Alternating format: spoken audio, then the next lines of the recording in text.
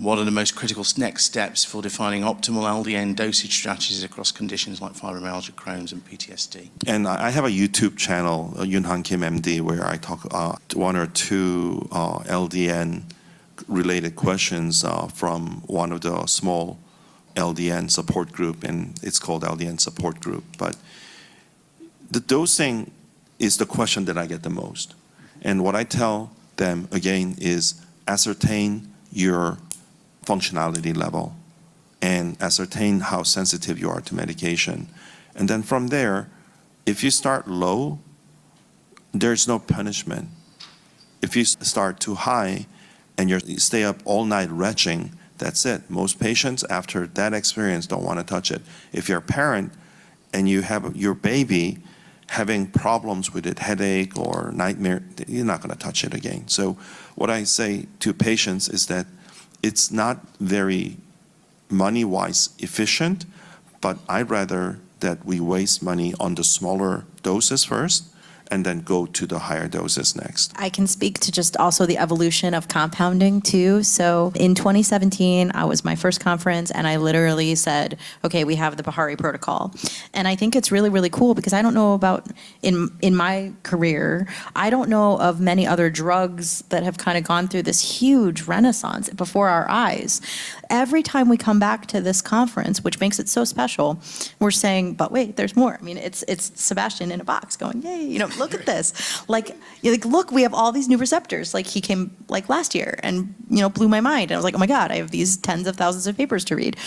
And it's profound. It's profound. And then I listen to our colleagues' work, and I think we all go home and we synthesize that, and then we are drip feeding that into our practices, things that we've learned. We take that on, we see hundreds to thousands more patients, and you know, we're synergizing all of this, which makes this really incredibly important. The thing that changed my practice in the last several years was when I first started, and we do have a clinician that sees peds, and we have, and I will see adolescent medicine patients too, where we absolutely need to titrate in a liquid form.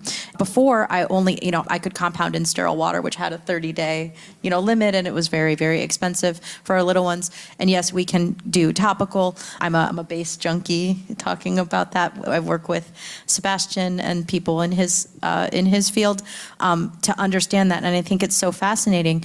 Certain companies, we can talk about it after too, have really great innovations in bases, and I will use liquid now titrations for patients that allow us to have several months stability, and we can get those very small titrations in a liquid form that we're not breaking pills. We're able to do that even among the smallest patients.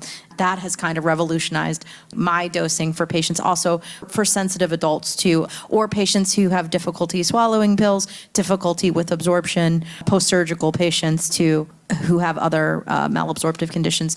That has been, I think, a game changer in the last few years. And I'm going to tease Linda for a moment, because she had mentioned, she's like, one of the things that she's always wanted to do is do an actual trial, and that's millions of dollars. And so to kind of come up with an ultimate dose, you're going to be focusing in on a very small group of patients, and then everyone's going to seize on that, and then you're going to miss all of the other patients. And to your point, you'd rather move in from a bottom position and have very limited effect and slowly titrate up. And I say this all the time in pharmacy conferences, and people kind of look at me funny, but they'll understand it. It's very easy to get drugs in. It's very difficult to get drugs out. And if the patient experiences negative side effects, yeah, they're not happy with anyone in the room, and then they're not going to, you lose patient trust. You made me feel worse, which is a very negative position to be, especially if you're trying to treat very complex and fragile patients. And so titrating up is easy to do in the perspective of the patients can feel a positive response as opposed to a negative response. And if you've got good tools on board, you can actually see that response on paper or in your graphs, as opposed to, yeah, we're just going to start at a very high dose. And I'm not criticizing that very rapid dosing protocol, as long as they're fully aware of what the intention is, and with the idea that, hey, we're going to hit you hard, but then we're going to back way, way down and bring you back up to that optimal dose. So just majority of patients get start low, go slow, titrate to patient response.